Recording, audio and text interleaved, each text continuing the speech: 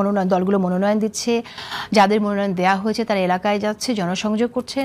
কিন্তু আরেকদিকে আপনি দেখছেন যেটা আমরা শুরুতে বলেছিলাম দাবি, আপনি এর আগে বলেছেন নির্বাচন হওয়া না হওয়ার ব্যাপারে আপনি খুবই হতাশা ব্যক্ত করেছেন। এখন আপনার কি মনে হয় যে আসলে কি নির্বাচন ফেব্রুয়ারিতে ভালো হবে এবং সুষ্ঠু একটা নির্বাচন হবে? নির্বাচনের ব্যাপার হওয়া না হওয়া আমি কখনোই হতাশ না। কিন্তু আমি যে কথাটা আমি এটা যে বলেছিলাম যে মানুষ হতাশ, মানুষ জিজ্ঞাসা করে, এখনো জিজ্ঞাসা করে। এমন কোনো দিন নাই যে আপনিও শুনেন নাই প্রশ্নটা, ভাই নির্বাচন কি হবে, হলে কি ফেব্রুয়ারিতে হবে, আপনি শুনেন না, ডেলি শুনেন। তাহলে এটা মানুষের হতাশা। আমি বলেছিলাম এই কথাটা এইখানে যে এই সরকারের কোনো একটা পদক্ষেপে আপনি মনে হবে না, আপনি বলতে পারবেন না যে নির্বাচন না হওয়ার কোনো আশঙ্কা আছে। সরকার সব কিন্তু নির্বাচন হওয়ার জন্য যা যা করার তারা সব কিছু করতেছে, কিন্তু তারপরেও এই দেশের মানুষ বিশ্বাস করে না। কেন করে না? এটা হলো সরকারকে বুঝতে হবে কেন লোকে আমাকে বিশ্বাস করে না। সবকিছু করছে আপনি বলছেন সরকার, কিন্তু সারওয়ার তুষার যেমন বললেন যে উপদেষ্টাদের একরকম পেইড লিভের কথা উল্লেখ করলেন সেখানে। আপনার কি মনে হয় এমনকি প্রশাসন, জনপ্রশাসনও আসলে কতটুকু নিরপেক্ষ ভূমিকা তারা পালন করতে পারবে সেই সংশয়টাও অনেকে ব্যক্ত করে? এই সংশয় সবসময় থাকবে। সারওয়ার তুষার যে কথা বলছে এটা তো আজীবী কথা বলেনি, তো সে বাস্তবতা থেকে বলছে। শেখ হাসিনা আমলে যারা ছিল সবাইকে বাদ দিয়েছেন আপনি? সবাইকে বাদ দেন নাই। আর শেখ হাসিনা 15 বছরে তারা যারা বিরোধিতা করতে পারে এরকম করে কাউকে সে রাখছে? এটা হয়।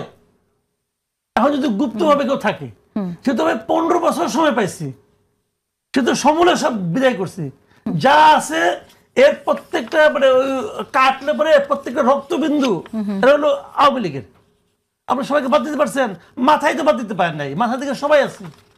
তো কাজে এখন তারা যেটা করতেছে এরা সব ভেগ ধরে আছে, এটা স্বাভাবিক। কিন্তু সব তো আপনি বাদ দিতে পারবেন না। ওই যে আপনার যদি রক্ত দূষিত হয়, সব রক্ত ফালা দিলে তো আপনি মারা যাবেন। তখন ডায়ালাইসিস সিস্টেমে আনতে হবে। একদিকে বিশুদ্ধ রক্ত ঢুকাবেন, আরেকদিকে দূষিতটা বাই করবেন। তোর তো আপনি করেন নাই। কিন্তু পুলিশ করতে পারতেছেন না কেন? আপনি এর মধ্যে 1 বছর অনেক কিছু করছেন, পোর্ট দিয়ে দিচ্ছেন, ওটা দিতে আপনার কোনো সময় লাগে না। তো পুলিশের লোক দিতেন। ওকে, আমি একটু ভিন্ন প্রসঙ্গে আসি। সেটা হচ্ছে যে আপনি জানেন ইসলামিক দলগুলো একটা ভোট বাক্স করার কথা বারবার বলেছিল, কিন্তু এখন আমরা দেখলাম যে সেই জায়গায় আসন সমঝোতার কথা হচ্ছে। কোনো জোট না হয়ে আসন সমঝোতা হবে, এটা আসলে জামাত ইসলাম থেকে সেই রকম সিদ্ধান্ত নিয়েছে। আপনার কাছে কি মনে হয় যে আসন সমঝোতা আসলে কিভাবে দেখছেন? সর্বশেষ যে অধ্যাদেশটা হয়েছে যে জোট করো আর যাই করো, যে দল সেই দলের প্রত্যেকের নির্বাচন করতে হবে। যদি এটা থাকে, যদি আমি শুনেছি বিএনপি চেষ্টা করতেছে এটাকে বাতিল করার জন্য, যদি এটা থাকে কোনো জোটেরই কোনো মূল্য থাকবে না। জোট মানে কোনো কামে না। আপনি আমাকে বলেন ভাই, আমি ববি হাজাজকে খুব পছন্দ করি, আপনি ববি হাজাজকে দিলেন, সে মোহাম্মদপুর থেকে দায় হলো সিংহ মার্কা, ধানের শেষে যারা ভোটার সিংহ মার্কা ভোট দিব নাকি আন্দালি প্রার্থীরে গরু গাড়ি মার্কায় ভোট দিব? ভাই এটা হয় না। বাংলাদেশে অনেক লোক আছে, আমি বলতে শুনছি নিজের কানে যে তুমি তো লোক ভালো, কিন্তু তোমার মার্কাটা ভালো হয় নাই বলে।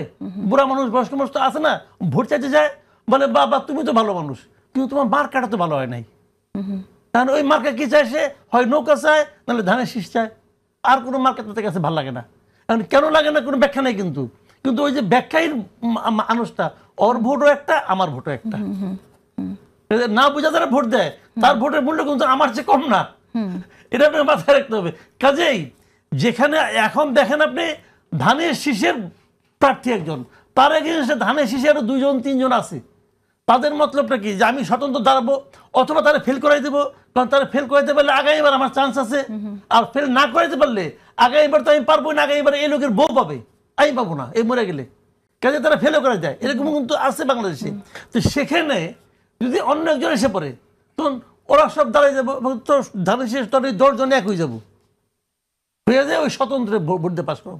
আচ্ছা, এখন আপনার কাছে কি মনে হয় যে এই আরপিওর এই অধ্যাদেশ আসলে কোন দলকে বেনিফিটেড করছে? এইটা ছোট দলগুলোকে লাভবান করতে হচ্ছে। ছোট দলের বড় নেতা তারা ক্ষতিগ্রস্ত হচ্ছে। ছোট দলের বড় নেতা আছে না, এরা খুবই ক্ষতিগ্রস্ত।